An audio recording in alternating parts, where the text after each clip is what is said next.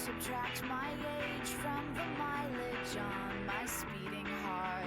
Credit cards, accelerate. Buy this car to drive to work. Drive to work to pay for this car. Buy this car to drive to work. Drive to work. Welcome to Yellow Brick Road. I am Jordan, and today I'm doing my first video on the Progressive Voice Guy because this sounds like fun. But first, please consider donating to Devon's Journey to Recovery. The GoFundMe link is in the description box. Also, a healthy reminder, we have been banned from live streaming on this channel for 90 days. So if you want to check out our live streams, it'll be on the Yellow Bro Live channel, which is linked in the description box as well as Devon's Journey to Recovery, which you can donate to. Any amount will help. Devon's Journey to Recovery. GoFundMe link in the description box. So, we have this guy called the Progressive Voice. I've listened to some of his content. It's usually interesting. I'm not saying I agree with much of what he says. I don't want to say that.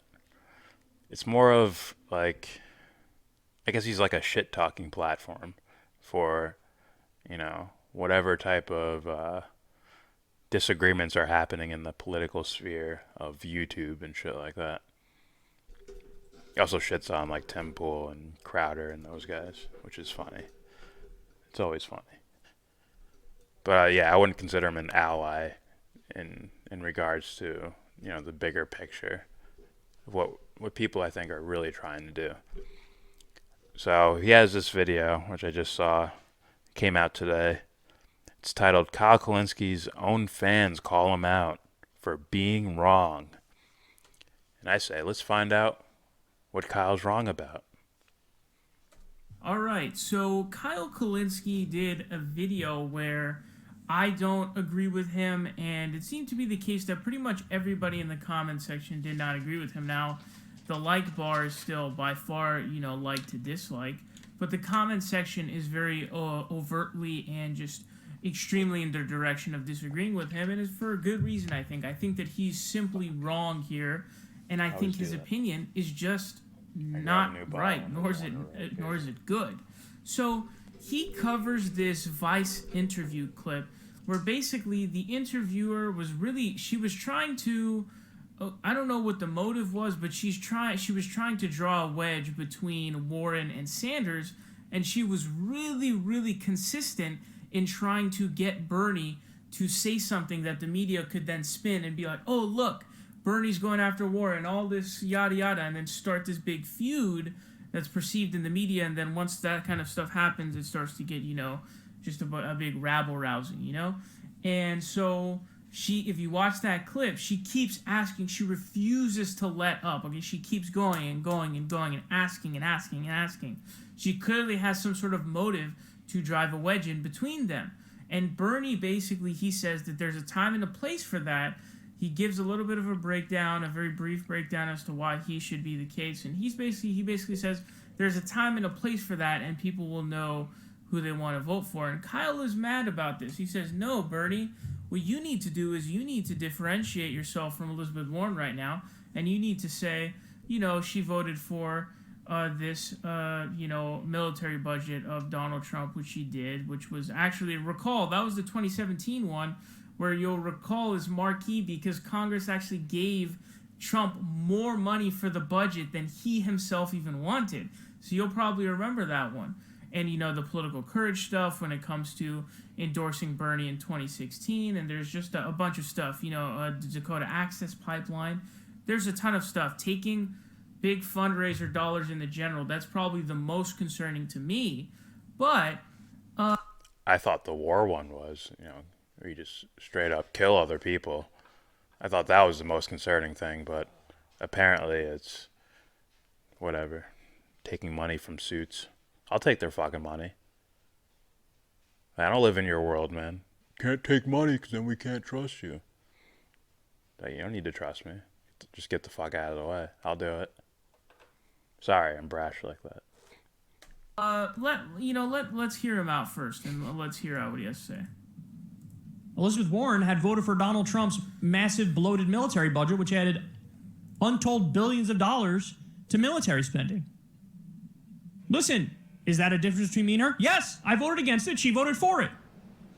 She voted for Donald Trump's military budget. What do you want me to tell you? That's a fact. That's what she did. So, I mean, am I attacking her? I don't know. Elizabeth Warren's a friend of mine. You could say that too. Hey, Elizabeth Warren's a friend of mine. I really like her. But there are differences between me and her. For instance, she supported this policy. I did not support that policy. She's proposed her plan on student loan debt, and she doesn't eliminate all of it. I eliminate all of it. Elizabeth Warren has voiced repeatedly that in her mind, while she says she supports Medicare for all, she also says there's 4 or 5 other bills that are wonderful and that have the same goal in mind, which is universal coverage. This is Kyle hinting to his own audience. Guys, I know you hear it. Like, I'm friends with TOIT. I'm friends with the Majority Report. You know, Sam Cedar, Michael Brooks, all those people. I'm friends with them. But Bernie is not the same as Warren, as much as they're going to try to make it seem that way. That's what I think he's hinting at. I think this was an excuse to tell people these are not the same policies.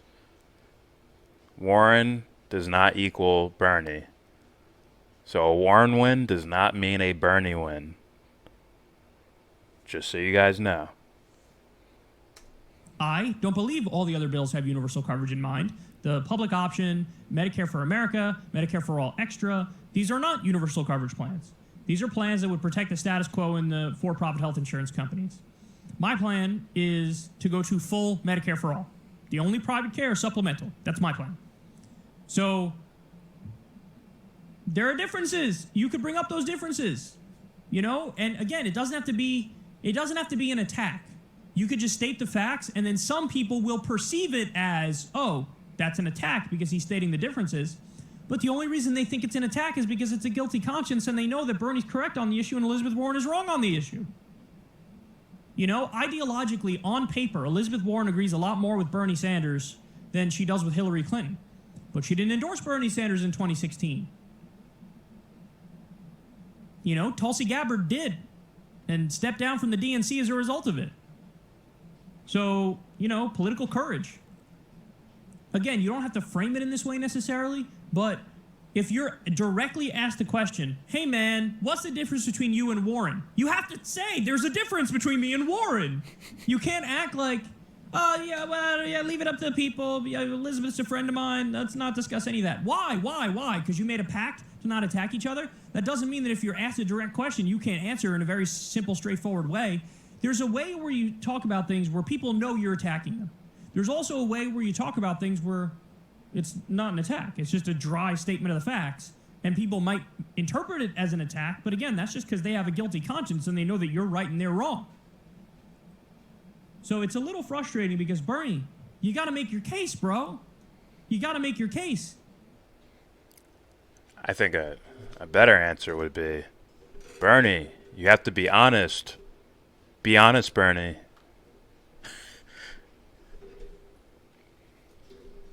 I think that's a better case than anything else. Like, oh, people should know the difference so that they're not deceived when they're voting. I think that would be the reason. And what does Bernie mean by friends? Does he mean like Joe Rogan type friends? Where it's like, oh, I hung out, I had dinner with him. He's a friend. Or does he mean, I would fight tooth and nail for this fucking person? Is he that type of friend? Did they just work together, or are they friends? Friends. Like, those are, I don't know. Me, someone coming from like a, you know, I like to pay attention more to, you know, psychological, philosophical ideas. My own, that is. I'm not studying fucking Voltaire all day. Like, I would want to look at that. What do you mean by friends? Do you mean like you'll work together? Did you form a plan behind closed doors? I don't like that either. Anyways. You can't just leave it up to everybody to be a fucking political junkie and listen to secular talk. Okay, you got All right. So you kind of get the point of the stuff that Kyle is saying here. And like, I all right. wholeheartedly, completely, 100% disagree with this. And Bernie, literally, he says in there that there is a time and a place specifically, which what he's referring to there is like, okay, this is the idea, okay? And when I watched that, I believe it was the second debate where Warren and Bernie shared the same stage, and they were fighting off together. They were fighting off John Hickenlooper, John Delaney, Tim Ryan, Steve Bullock, all these guys, right, who were all these like weird centrist Democrats, especially people like John Delaney and Either one of them should be able to do that by themselves. And I think, once again, Bernie had the policy argument and Warren had the quotables, right? Like she had a line, like, oh, I can quote that. If the glove does not fit, you must acquit. She had one of those, like a one-liner type thing. And Bernie's like, here's how it would actually work. Here's how you pay for it in detail. Here's how you do it. Like, I want to hear that more. Right? Even if we're dealing with a conditioned mass audience, like, shouldn't we be, I don't know, shouldn't the people who, you know, can think for themselves, shouldn't they be, like, sort of setting the tone, as in, this guy, like, it's sort of like guys watching Inception, and they're like, I understand it. Yeah, I get it. Like, they want to act like they understand what's going on in the movie, because it feels good to feel like you know something that other people don't know. So you can do that with like policy or something like that. I don't know. Maybe. Once again, I'm just thinking of the psyche of people paying attention. I'm sorry, Progressive Voice, for pausing this video when your face and eyes look like that. Look at that shit. This fucking Undertaker and this motherfucker.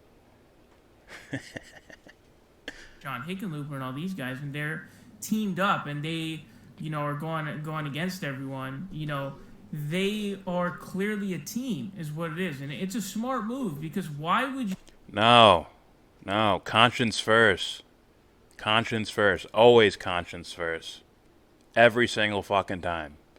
Every time until that's the way it is. Until that's the tone setter from now on. Like, oh, morality first. That's the new thing. Rather than, because then it's just going to be this incremental bullshit to where you don't even know if the world will end before we get it right. Like, do you want to stay there forever? Like, first it started with the haircuts and suits. Then it's the makeup. Then it's the one-liners. And then somewhere down the line it became policy. No, first it became perception of policy, which was Obama. I perceive this guy in a way like he's going to have the policy that's helping people. It's like, okay, now we need the actual policy. Here's Bernie Sanders. At some point, you're going to have to fucking make the move now. Conscience first, period. Strategy. But more concentration camps. Would you still vote for Obama if he promises to build fewer concentration camps than Robert? The answer is an unequivocal, absolute yes. You like a scorched earth policy or a sort of me against the world type of thing is a dumb idea in this situation, and their teaming up is actually a good idea. Me against the world thing? I don't know. I thought you're supposed to rally the most people that agree with you. I don't know. Maybe I'm getting what he meant wrong there. Also, what you have to understand is they really don't share the same demographic, okay? Because Bernie's voters are largely made up of people who are either in college or don't have college degrees, and there's a lot more of diversity in terms of race in his support, where Warren's is a lot more white.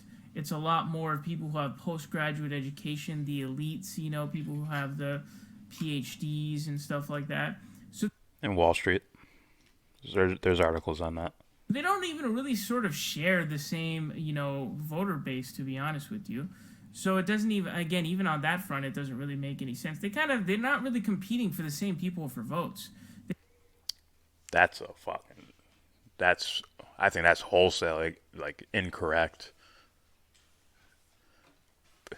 Warren's popular because of Bernie-style ideas.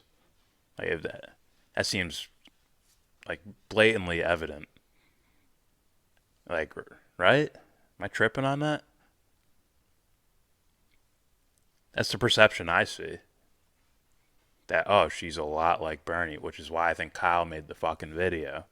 Like, the guys, they're not the same. That's why he wants Bernie to make a distinction. Like, make sure you tell your people that you are not the same as Elizabeth Warren. Tell your people that they're not going to get the same fucking thing from Elizabeth Warren that I'm presenting. They're not the same. They have very, very different, wildly different voting bases. So that doesn't seem to make sense either. But if they continue their team, and that's what they've been doing, they've essentially been teaming up, and their idea is this. Let's take down the bigger threats first, that being Biden, Kamala, and all the rest of them, whether it be Mayor Pete, or it be Cory Booker, or whoever it may be, right? Warren is the biggest threat to Bernie. Let's be real here. But look at the polls. Biden's #1. This dude's eye started bleeding last night during the fucking climate thing. The dude's forgetting shit. Like, people are, like, he has all the perceptional, like, all the things on your perception when you just look at a guy. It's like, all that's off. And you look at the policy itself, it's like, and then people look at that shit and they're like, no fucking way. He has nothing going for him. Nothing. Literally, you're on fucking... How many town halls did he do? He didn't do any, really. National TV town halls, Joe Biden. He didn't really do any. He didn't do any of them. And he gets his first chance to do one. And and someone asked him about, like, aren't you going to a fucking dinner tomorrow night? And you're getting funding from the fossil fuel industry? Or from a former exec of a fossil fuel industry? That happened. Joe Biden was trending because of his fucking eye bleeding. Come on, guys. Like, no. But the numbers and trust the polls. And Let's take them down. That's what they did in that debate you saw. It was them against everybody. That's what it was. And so they were KOing all the idiots on stage who were these, like, Democratic centrists and these conservative Democrats, and they were teaming up together because that was the smart and strategic thing to do. And I'm glad that Kyle's not advising Bernie in this situation because his idea is just wrong. I don't think taking money from rich people in the Hamptons at big dollar fundraisers, waffling on Medicare for All, assuring establishments she won't break the system secretly, not showing political courage and principles by not endorsing Bernie, voting for Trump's 2017 foreign policy budget is damn good. And I could have kept going on the list. I could have mentioned, DAPL, for example, as well as other things in there. So they teamed up and they don't take down Biden. They take down Hickenlooper and Tim Ryan. It's like, what? If they're teaming up, they're fucking doing a shitty job of it as far as, like, in those regards of taking down the bigger candidates. I think Biden takes himself down. Tulsi took out fucking Kamala Harris and took out Tim Ryan in the first debate. The freak?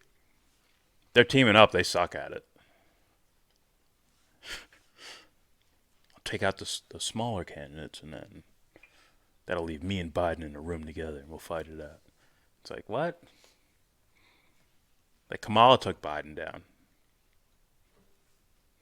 Not only would it just seems stupid, but the ultimate question you have to ask yourself is this. What is the utility of Bernie Sanders doing that? You can ask yourself, what is the utility of Bernie Sanders responding there with everything that Kyle just said? He would be telling the truth. He'd tell the truth to his audience. When did that become a problem? To be like, is there a difference between you and this person? Yeah, here's what it is. And I don't want a candidate in the general election who's going to be selling themselves out to rich people in the Hamptons. I want a candidate who's going to be representing me. Or it could just be, if you want to be strategic about it, just say, Yeah, there's a difference between our policy, but I'll get into that later because I think you're going to try and smear me with it. That's being real. That's too much for these fucking strategist people. Yeah. Too much for them. Conscience, we'll fucking throw that shit out the fucking window, man. We gotta win. And then someday, I'll vote my conscience. As soon as we do this strategy first. Like, what? All of the problems with Elizabeth Warren that exist. What would be the utility of doing that? And B, would any, if we bore out the situation, would the supposed benefits in any way outweigh the negatives? The answer to that question is absolutely no. If he were to lay out even any of those things, like, for example, if he were to be like, well, Warren voted for Trump's bloated military budget, you think Warren's not going to be like, yo, that's like a critique on me. I'm going to have to respond to that. I don't. With what? With what? And you know what? If she does have something, like, good, you learned something about Bernie that you might not like. Maybe you should know that shit. Instead of pretending it's not there until you get your guy in the office and then start caring about it. Then get another 4 years where you repeat the cycle of, oh, the presidents never get it right. But he told me it was good the whole time. But you're fucking ignoring it. Or you're telling them not to criticize each other because it was strategy. Fuck.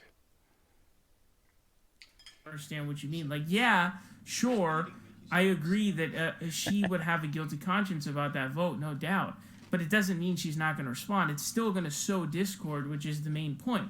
It's still going to cause a sort of disagreement and rife within the two, so it doesn't. But they don't share the same voter base. So what does it matter if they do?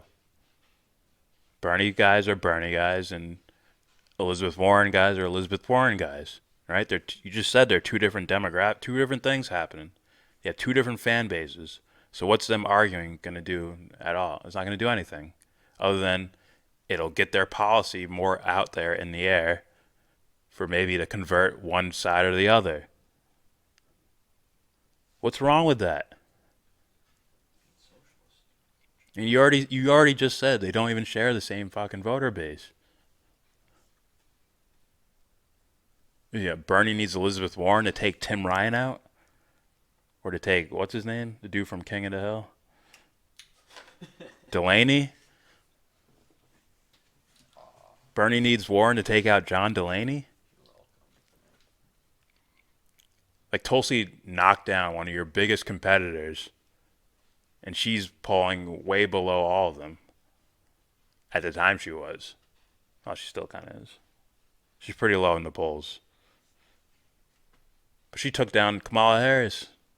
Made her famous. Made her trending all night.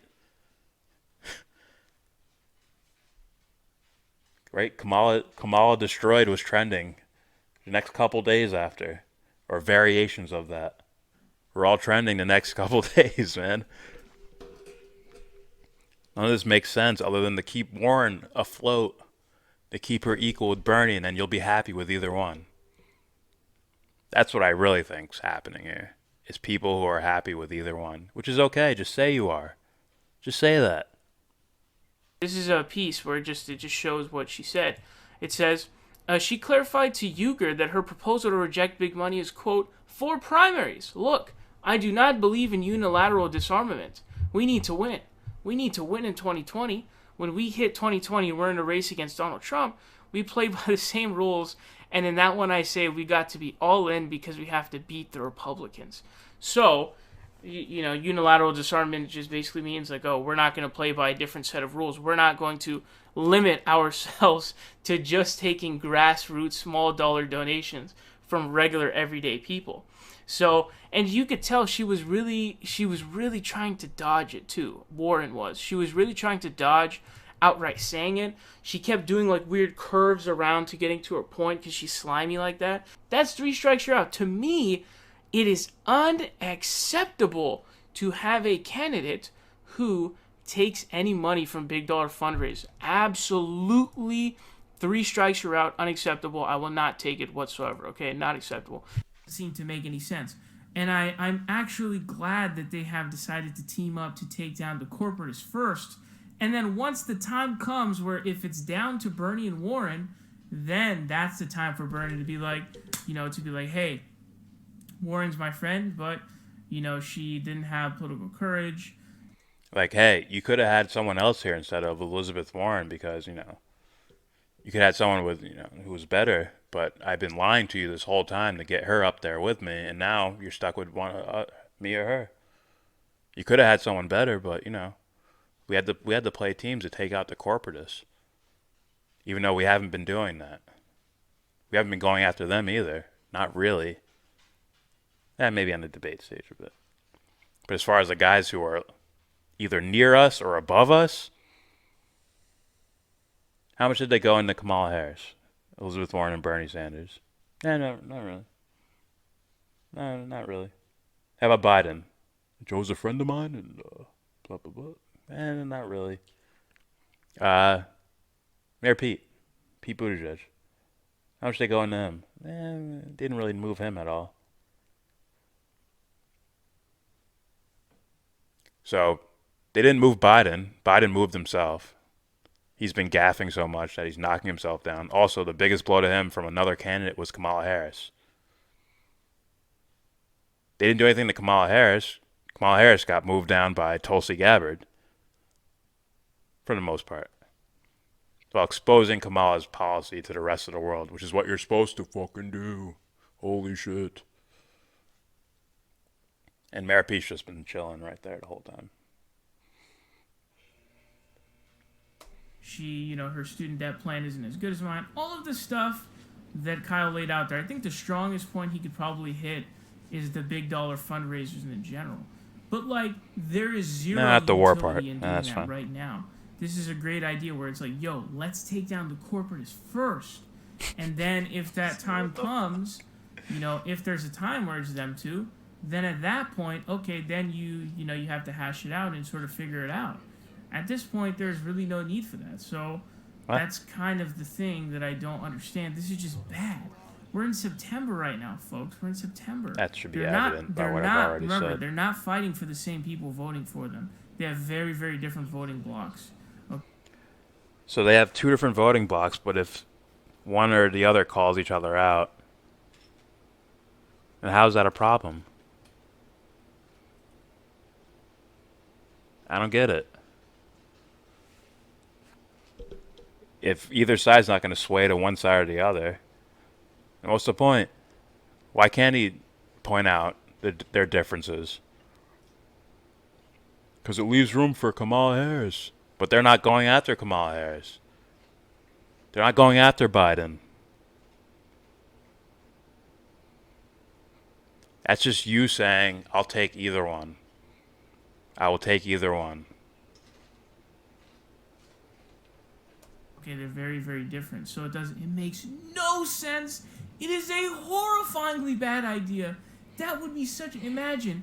And then the media is going to take that and spin it. And they're going to talk nonstop about how he's trying to, sow rife in the Democratic Party and just trying to just make everything super chaotic and all that other kind of stuff. And he's going after them, blah, blah, blah. You already know all the crap that the media's going to do. So Bernie needs to protect Warren for Bernie's sake.